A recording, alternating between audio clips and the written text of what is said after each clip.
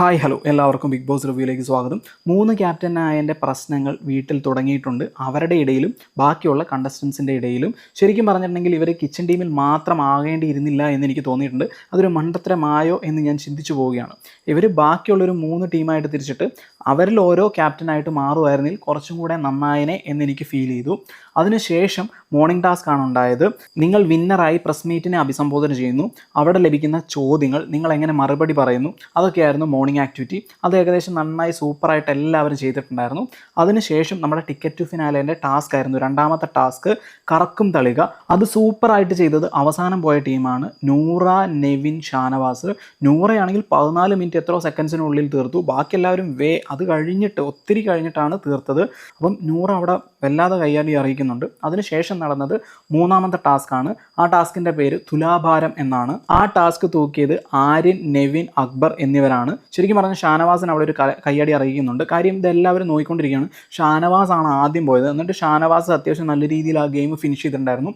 ബാക്കിയുള്ളവർക്ക് അതിൽ നിന്നാണ് കുറച്ച് എങ്ങനെയൊക്കെ ചെയ്യണമെന്ന് മനസ്സിലായി. നമ്മുടെ ആര്യനാണെങ്കിൽ 40 സെക്കൻഡോ, പിന്നെ അക്ബർ ആണെങ്കിൽ 45 സെക്കൻഡ്, നമ്മുടെ നെവിൻ ആണെങ്കിൽ പിന്നെ 1 മിനിറ്റും 5 സെക്കൻഡിനുള്ളിലൊക്കെ തീർക്കുകയാണ് ഉണ്ടായത്. ഇനി ഞാൻ സംസാരിക്കാൻ പോകുന്നത് ഇനി ആ വീട്ടിൽ അവശേഷിക്കുന്ന ഗ്രൂപ്പിനെ കുറിച്ചാണ്. നമ്മുടെ കെട്ടിലമ്മ ഗ്രൂപ്പ് എന്ന് വേണമെങ്കിൽ പറയാം. കഴിഞ്ഞ പ്രാവശ്യം ഇങ്ങനെ പൊതുവേദിയിൽ സംസാരിക്കാതെ ഇങ്ങനെ റൂമിനുള്ളിൽ അടച്ചിട്ട് സംസാരിച്ചുകൊണ്ടിരുന്നത് അൻസിബയാണ്. ഇപ്രാവശ്യം ആ ഒരു അൻസിബയുടെ ക്യാരക്ടർ ഏറ്റെടുത്തിരിക്കുന്നത് നൂറയാണ്. പൊതുവേദിയിൽ അങ്ങനെയൊന്നും സംസാരിക്കില്ല. വല്ലപ്പോഴും എന്തെങ്കിലുമൊക്കെ സംസാരിച്ചാലായി. അല്ലാത്ത സമയം നൂറ ഭയങ്കര സൈലൻ്റാണ്. ആ ഗ്രൂപ്പിനുള്ളിൽ പല പോയിന്റ്സ് എടുത്തിടുക. ഇത് ഞാൻ പറയാനുള്ള റീസൺ എന്താണെന്ന് വെച്ചിട്ടുണ്ടെങ്കിൽ, ഇന്ന് നൂറ പറഞ്ഞൊരു പോയിന്റാണ്, നമ്മളെയൊന്നും ആരും വിജയിപ്പിക്കില്ല, ഇവരെല്ലാവരും അങ്ങനെയാണ് പറയുന്നത്. ആര് പറഞ്ഞു? അങ്ങനെയൊന്നും പറഞ്ഞിട്ടില്ല. അങ്ങനെ ഫൗൾ സ്റ്റേറ്റ്മെൻറ്റ് ആൾക്കാരിലേക്ക് എത്തിക്കാൻ വേണ്ടി ആണ് ഇവർ ഈ ഗ്രൂപ്പ് യൂസ് ചെയ്യുന്നത് എന്ന് വേണമെങ്കിൽ പറയാൻ പറ്റും. പക്ഷേ ആര്യനൊരു കാര്യം പറഞ്ഞിട്ടുണ്ടായിരുന്നു, ഈ ആണുങ്ങളാണ് അവിടെ ജയിച്ചിട്ടുള്ളതെന്ന്, ആണുങ്ങളാണ് ഭൂരിപക്ഷം ജയിച്ചിട്ടുള്ളത്. അത് ശരിയാണ്.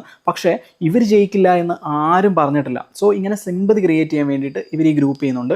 പിന്നെ വേറെ എന്താണെന്ന് വെച്ചിട്ടുണ്ടെങ്കിൽ, ഇവരുടെ പ്രശ്നങ്ങൾ, ഇവർ പറയുന്ന കാര്യങ്ങൾ ക്ലാരിറ്റി വരുത്താൻ എന്നാണ് വെളുപ്പിക്കാൻ വേണ്ടിയിട്ടും ഇവർ ഈ ഗ്രൂപ്പ് യൂസ് ചെയ്യുന്നുണ്ട്. ആദ്യം ചെയ്തിരുന്നത് അനുമോളാണ്, പക്ഷേ ഇപ്പം ചെയ്യുന്നത് ആദിലയും നൂറയാണ്. പിന്നെ ഇവർക്ക് ഇഷ്ടമല്ലാത്ത കണ്ടസ്റ്റൻസിനെ താറടിക്കാനും ഇവർ ഈ ഗ്രൂപ്പ് യൂസ് ചെയ്യുന്നുണ്ട്. അത് 24 ഇപ്പം ലൈവ് ഒന്നും കാണാൻ പറ്റാത്ത അവസ്ഥയിലേക്ക് എത്തിയാണ്. ഇവരുടെ ഈ ഗ്രൂപ്പിലെ ചർച്ചയാണ്. ശരിക്കും പറഞ്ഞിട്ടുണ്ടെങ്കിൽ ഈ നമ്മുടെ അയൽക്കൂട്ടം കൂടില്ലേ, എന്നിട്ട് ബാക്കിയുള്ള അമ്മമാരെ കുറിച്ച് കുറ്റം പറയില്ലേ, ഇതാണ് ശരിക്കും പറഞ്ഞാൽ അങ്ങനെ ഒരു പ്രതീതിയാണ് ഇവരുടെ ഗ്രൂപ്പ് സദാസമയം കണ്ടുകൊണ്ടിരിക്കുമ്പോൾ തോന്നുന്നത്. അതുകൊണ്ട് തന്നെ ലൈവ് ഞാൻ സ്കിപ്പ് അടിച്ച് വിടുക, കുറച്ച് നേരം കാണാതിരിക്കുക, ഇതൊക്കെയാണ് എനിക്ക് ഇപ്പം ചെയ്യാൻ തോന്നുന്നത്. പിന്നെ അക്ബർ ഇന്ന് പറഞ്ഞൊരു കാര്യം വാലിഡാണ്. ഈ ഗ്രൂപ്പ് കൊണ്ട് ഇവർക്ക് വേണമെങ്കിൽ 1, 2, 3 കണ്ടസ്റ്റൻസിനെ, അതായത് നല്ല സ്മാർട്ടായിട്ട് കളിക്കുന്ന കണ്ടസ്റ്റൻസിനെ ഒഴിവാക്കാൻ സാധിക്കും, അവരെ മാത്രം നോമിനേഷനിൽ ഇട്ടുകൊണ്ട്. ശരിക്കും പറഞ്ഞാൽ ആദില ആയിക്കോട്ടെ, ഷാനവാസ് എന്തുകൊണ്ടാണ് നോമിനേഷനിൽ വരാത്?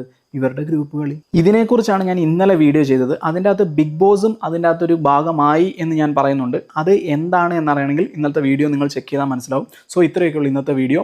Thank you for watching. അപ്പം ഇന്ന് ടിക്കറ്റ് ടു ഫിനാലയിൽ ഏറ്റവും ടോപ്പ് പൊസിഷനിൽ നിൽക്കുന്നത് നമ്മുടെ നൂറയാണ്. രണ്ടാമത് നിൽക്കുന്നത് നമ്മുടെ ആര്യനാണ്.